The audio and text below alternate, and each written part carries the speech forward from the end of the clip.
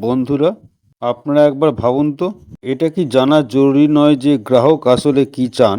কোনো সফটওয়্যার তৈরি করার সময় প্রথমেই এই প্রশ্নের উত্তর খুঁজে বের করতে হয়। আপনি নিজের ইচ্ছামতো কিছু বানিয়ে ফেলতে পারেন না।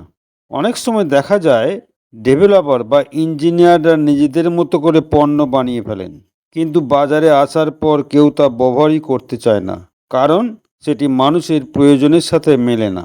তাই প্রথম কাজ হলো বাজার ও গ্রাহকের চাহিদা বোঝা, এবং সেটাই মিস্টার অ্যাজমুফারে করেছেন।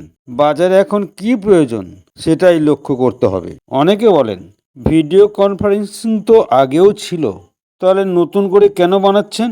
আমি বলি সিসকো ওয়েবএক্স ছিল, তারপরেও জুম তৈরি হয়েছে। গুগল হ্যাং আউটস ছিল, তারপরেও মাইক্রোসফট টিমস এসেছে। কেন?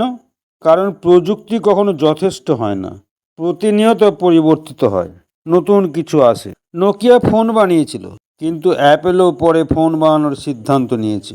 প্রযুক্তি সবসময় এগিয়ে হচ্ছে, ডিজিটাল রূপান্তর প্রতিদিন ঘটছে। ব্যবহারকারীরা সবসময় নতুন ও তাজা কিছু চান। যতক্ষণ দাম সাশ্রয়ী থাকে, তারা তা নিতে প্রস্তুত হয়। এখানে কোনো স্থায়ী ব্র্যান্ড লয়্যালটি নেই। কিছুদিন তাজা, তারা আপনার সাথেই থাকে, আর এটাই নিয়মিত ঘটে। অ্যাশ এটাই করেছেন, একদম নতুন ও অনন্য কিছু দিচ্ছেন, কিন্তু এই নতুনত্ব তৈরি করতে অনেক সময় ও পরিশ্রম লাগে। গ্রাহকের দৃষ্টিকোণ থেকে শুরু করে বিশ্লেষণ, ডিজাইন, কোডিং, টেস্টিং, সব ধাপ পেরোতে হয়। যদি কাজ না করে, আবার শুরু থেকে করতে হয়। সফটওয়্যারের প্রতিটি ধাপ কয়েক মাস সময় নিতে পারে। শুধু বিশ্লেষণ করতেই 6 মাস লেগে যেতে পারে। তারপর ডিজাইন, কোডিং, কোয়ালিটি টেস্টিং, সব কিছুতে সময় লাগে। যদি ফলাফল প্রত্যাশিত না হয়, তাহলে দল আবার ফিরে যায় পরিবর্তন আনতে, যতক্ষণ না সবাই একমত হয়ে বলে হ্যাঁ, এখন এটা প্রস্তুত। তাই প্রতিষ্ঠাতা হিসেবে অ্যাশ তাড়াহুড়ো করেন না। তিনি জানেন জটিল জিনিস দ্রুত তৈরি করা যায় না।